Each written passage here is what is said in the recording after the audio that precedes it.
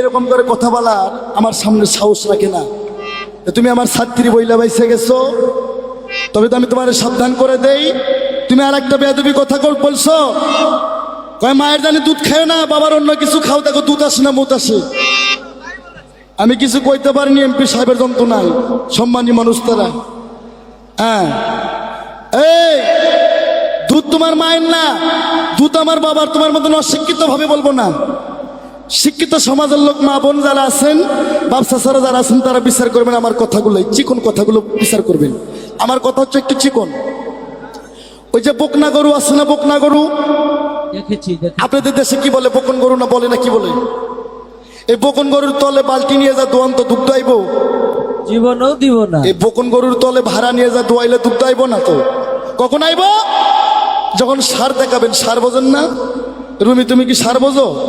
তুমি কি ফর্মুলা বোঝো? টিকিট বোঝো? টিকিট যখন টিকিট দেখাইব তখন ওই গাভীর স্তনে দুধ আইব। এরকম তোমার মাও আমার বাপক দিয়ে বিয়ে না হওয়া বন্ধ পারে ধরে টানলো এক ফোঁটা দুধ আইব। একবারে হাসা কথা আমার বাবার বাবা। দুধ আমার বাবা খায়, তোমার মায়ের মাঝে কোন জায়গায়? তাই তো কথা। দুধ আমার বাবার, কিন্তু তুমি এইবার বলবা, হয়তো বলবা দুধ তোমার বাবার ঠিক আছে, কিন্তু ভান্ডবটা তোমার মায়ের। এটাও ভুল। আজকে শিক্ষা নিয়ে যাও। তুমি কোন মাদ্রাসায় কোন কলেজে পড়ছো? ভান্ডবটা আমার বাবার। আদম হাওয়াকে সৃষ্টি করে যখন বেহেশতের মধ্যে রাখে, আদমের বুক ছিল সমান।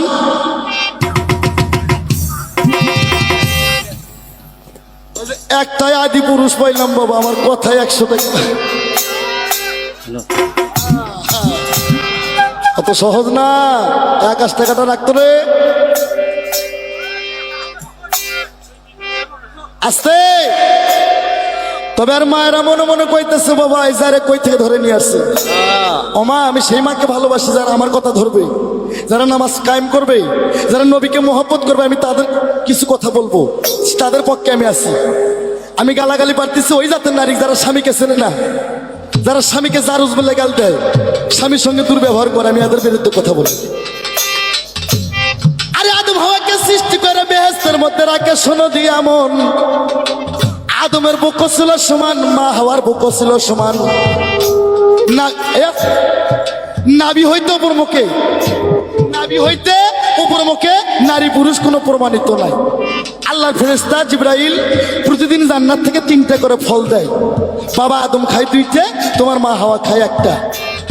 একদিন আমার বাবা আদম ঘুমের ভাবে গেল, তোমার মা হাওয়া কত করে 2-3টা ফল গিলা খেলো।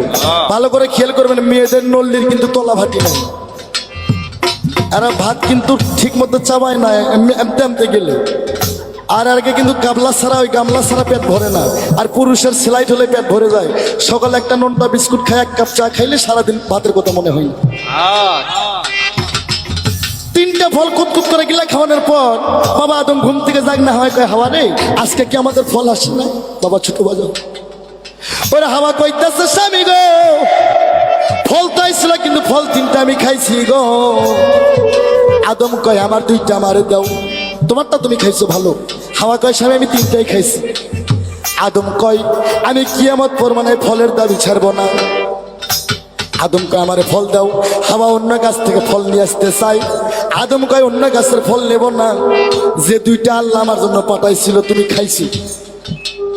ওই 2টার মধ্যে কি না জানি স্বাদ ছিল, তুমি খাইছো, আমার ভাগেরটা আমারে দেও নাই, ওই 2টা আমারে দিতে হইব। ওরে তখন তোমার মা হাওয়া আল্লাহর কাছে ফরিয়াদ করে, মাবুদ গো খাওয়ানা জিনিস স্বামীকে কই থেকে দেব? ওরে তখন আল্লাহ রহি দিল, বাবা আদম তুমি সিজদায় পড়ে যাও। আদম লফল্লা মাঝে সিজদায় পড়লো। যে ব্যক্তি লফল ইবাদত বেশি বেশি করে, লফল ইবাদত করতে করতে উনি যখন লফল ইবাদত করতে করতে উনি যখন আরিফ পর্দায় পড়ছে যায়, আল্লাহ বলে ওই মানুষের হাত হয়ে যায় আমার হাত, ওই মানুষের মুখ হয়ে যায় আমার মুখ, ওই মানুষ মুখ দিয়ে যাহা বলে আমি আল্লাহ মুখ দিয়ে তাহাই বলি। আর এখন আমরা এমন বিজার মা মানুষ আছি বাবা, লফল তো দূরের কথা, সুন্নতি আদায় করার সময় পায় না। আমার ভাইরা রে, আদম লফল নামাজের সিজদায় পড়ে যায়। আল্লাহ কয় আদম সিজদা তোলা, হাওয়া তোমাকে ওই 2 ফলে দিবে। ওরে যখন আদম সিজদায় পড়ে গেল, শোনো প্রাণের ভাই, মা হাওয়ার বুক থেকে 2টা স্তন বাইর হলো। বাবা আদম সিজদার থেকে মাথা উঠে মা হাওয়ার বুকের উপর নজর পড়ে গেল। বেয়াদবি মাফ করবেন, বোন ভাগ্নি বেটি ভাস্তি আমাদেরও আছে। এই পৃথিবীতে যত পুরুষ আছে, নারী পুরুষ যদি সামনাসামনি হয়, ওই পুরুষের সুদৃষ্টি প্রথম আগে মায়ের বুকের উপর যায়। আমার ভাইরা রে, বাবা আদম সিজদার থেকে মাথা তুলে যখন মা হাওয়ার বুকের দিকে তাকালো, তখন এই দুই ফলের কথা মনে পাশে গেল। তখন আদম একটু মুচকি হাসে উঠলো। এই জন্য সাধক গানে বলে, প্রেমের গাছে দুইটা ফল, ও রসে পরে টলমল, আরে কত ভ্রমর হয় পাগল, ওই ফল গুরুকে দিয়ে শিশুরে খাইলে আমার হয় তার সংসারে হইল নাম তাহারে নির্বাণ তুই।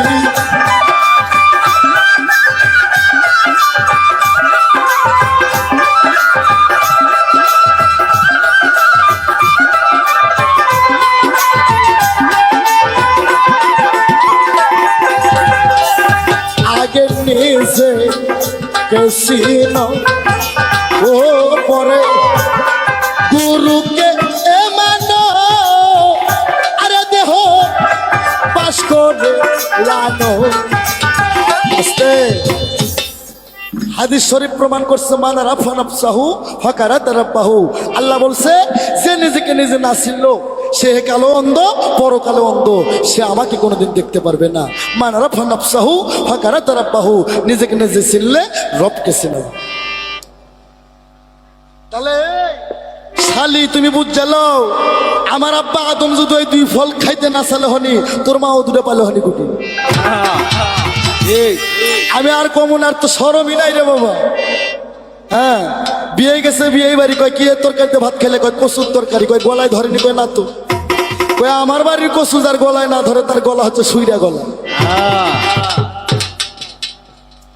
আমার আর কি প্রশ্ন করছে,